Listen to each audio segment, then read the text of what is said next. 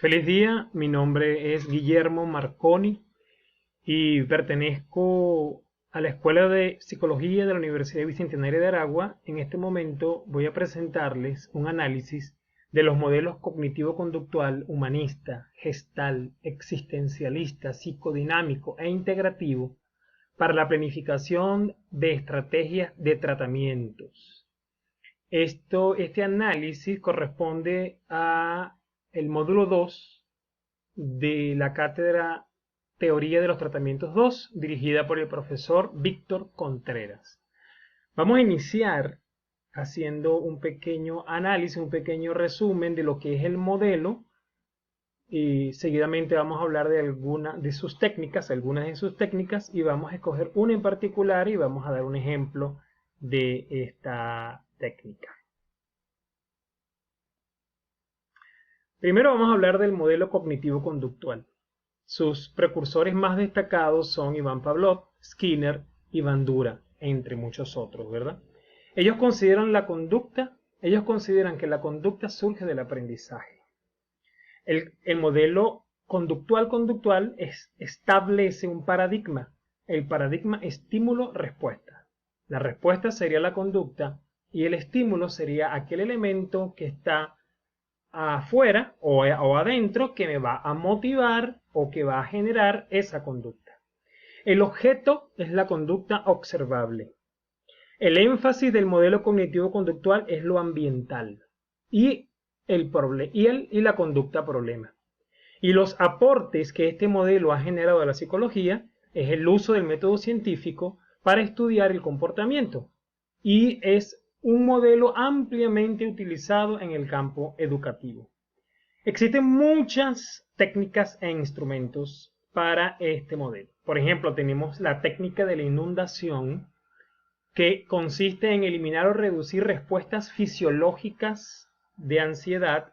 La reestructuración cognitiva es aquella técnica que permite cambiar aquellos pensamientos automáticos, aquellas ideas involuntarias que aparecen en diversas situaciones. La técnica de la extinción es aquella donde se omite la recompensa ante la conducta que se está trabajando para extinguir aquella conducta no deseada. La técnica de la exposición en la imaginación es aquella técnica donde el paciente es expuesto por medio de la imaginación ante estímulos o situaciones que le generan ansiedad.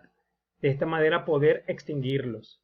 Y la técnica de economía de fichas, ampliamente utilizada en el campo educativo, que promueve la emisión de conductas socialmente aceptadas o conductas adecuadas y disminuir las conductas inadecuadas.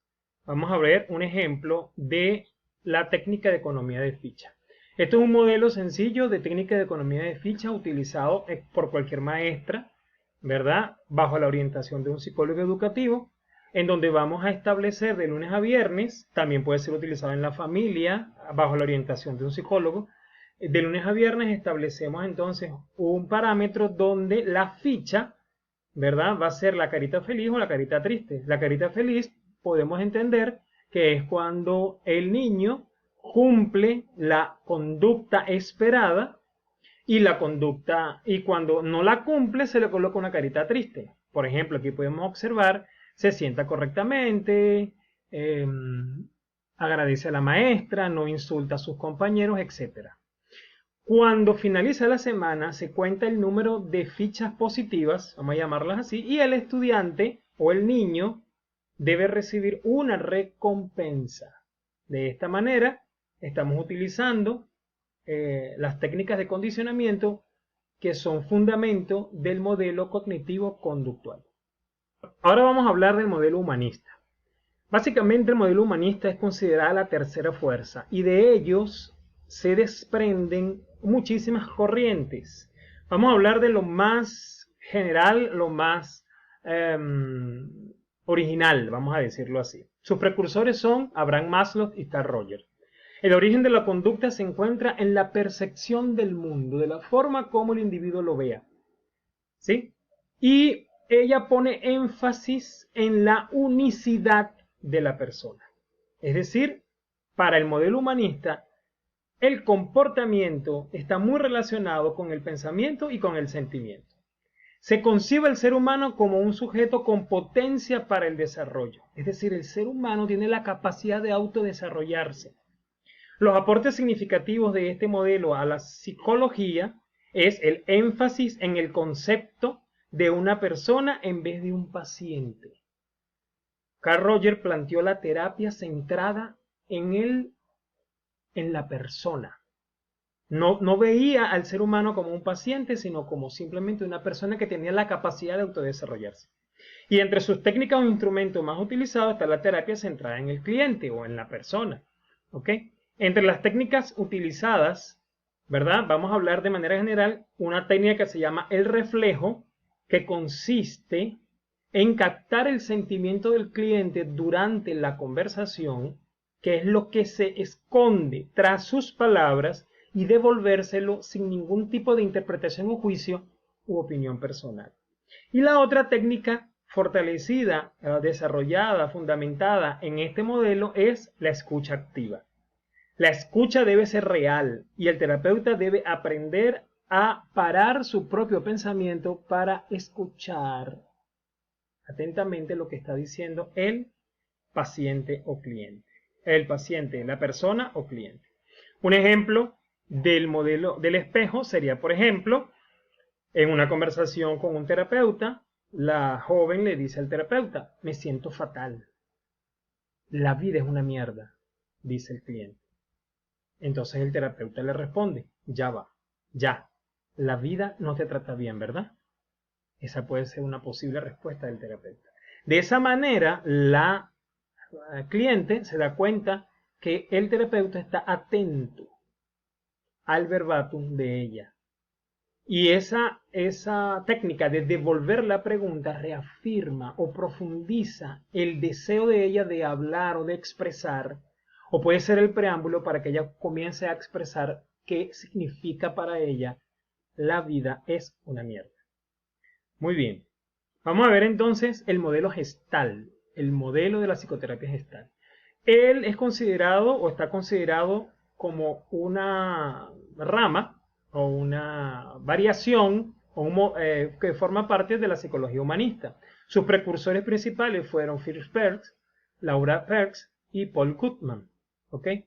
El origen de la conducta tiene lugar en el medio ambiente, que consiste en un organizado sistema de tensiones y esfuerzos. El modelo Gestalt fundamenta que la conducta se origina en una relación de tensiones y esfuerzos. Tensiones para lograr satisfacer una necesidad, esfuerzos para lograr satisfacer una necesidad. Y él fundamenta este origen a través de la teoría del campo de Kurt Lewin. ¿Ok? Entonces, él dice que cualquier elemento de interacción en el campo afecta a todos los elementos que están en el campo. ¿Ok? Entre los principios de la terapia gestal están el vivir el presente en el aquí y el ahora, la atención y aceptación de la experiencia, es decir, el darse cuenta, y la responsabilidad de nosotros mismos, de todo aquello de lo que sentimos, de todo aquello de lo que vivimos, de todo aquello de lo que hacemos, hacernos responsables.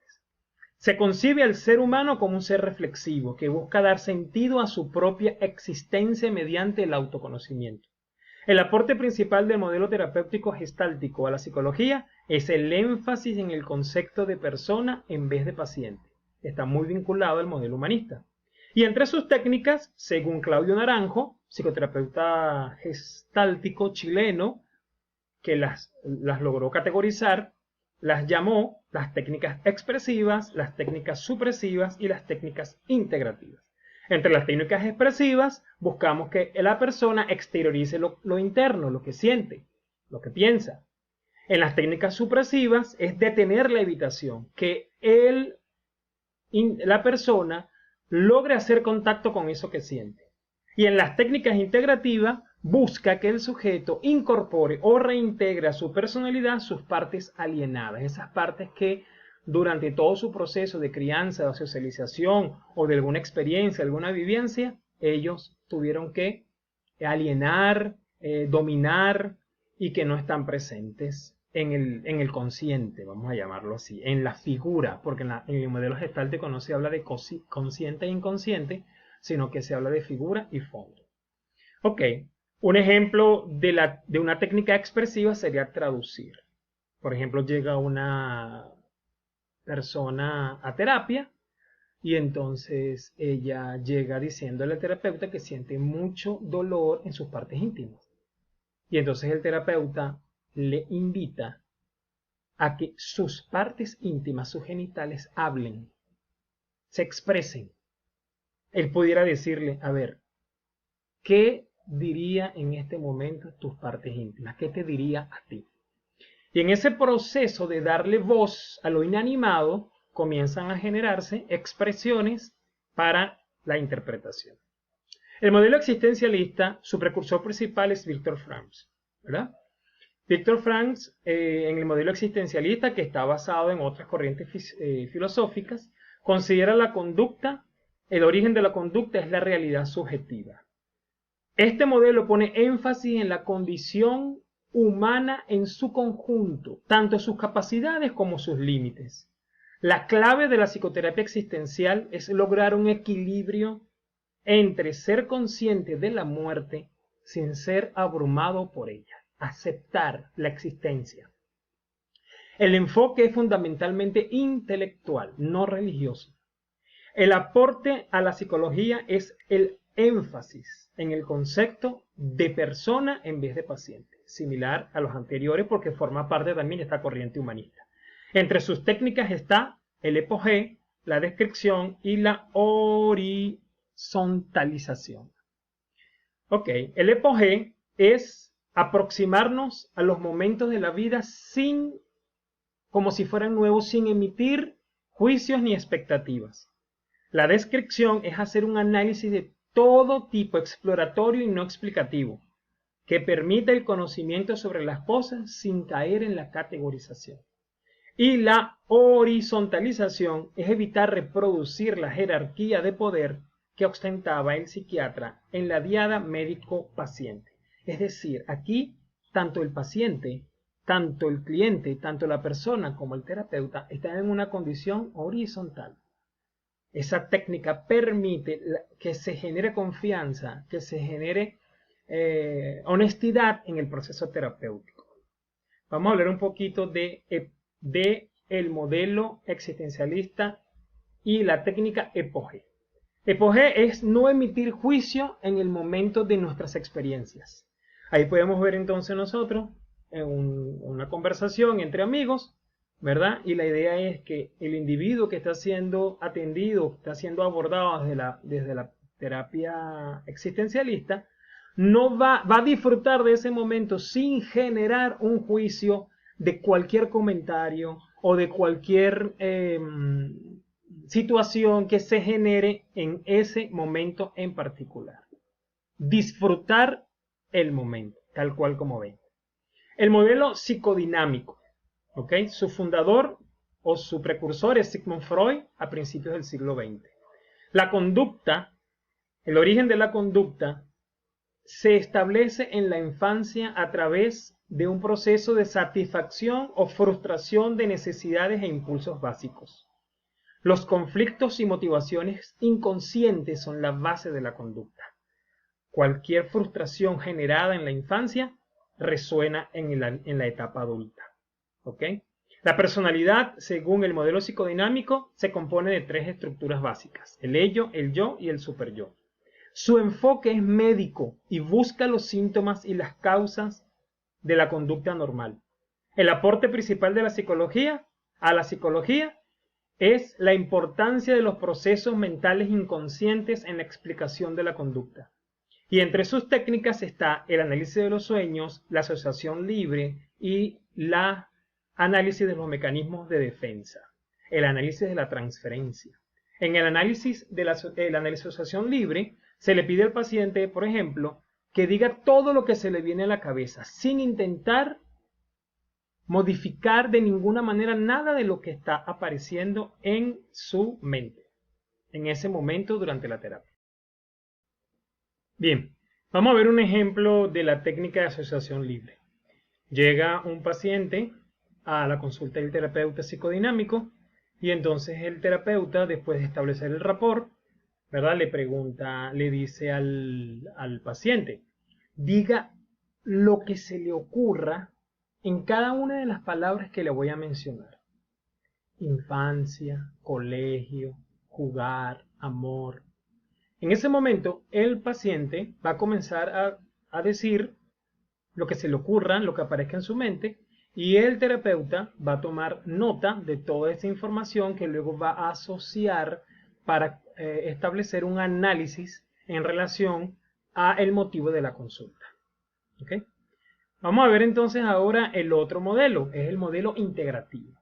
Este modelo, sus principales precursores son Alexander E. Franks y Jeremy Frank, que es la persona que está aquí en esta imagen. Esta terapia tiene considera la conducta desde muchos criterios.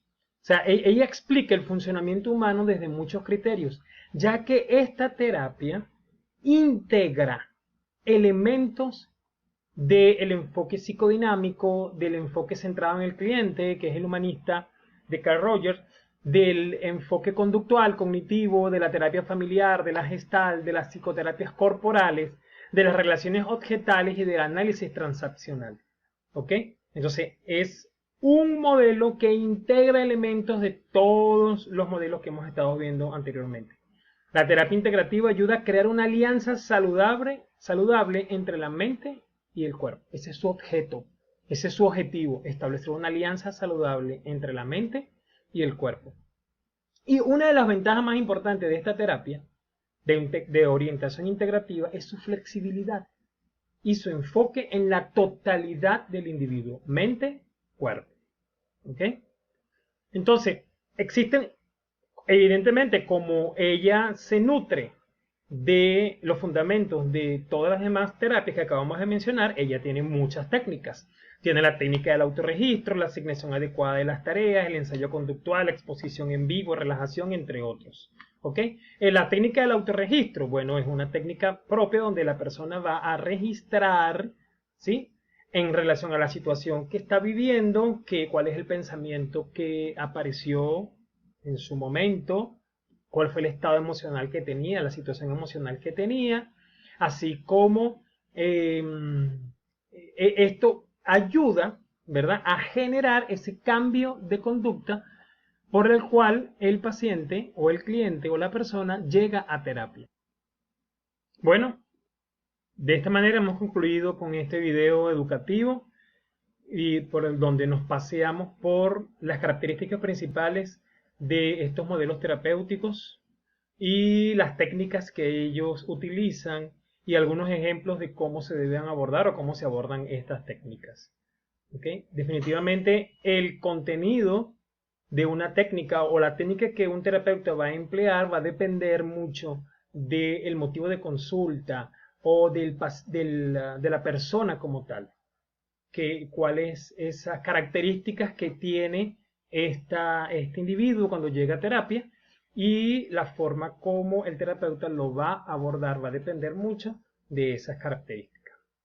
Un placer haber compartido con ustedes y nos vemos en la próxima. Gracias, Guillermo Marcón.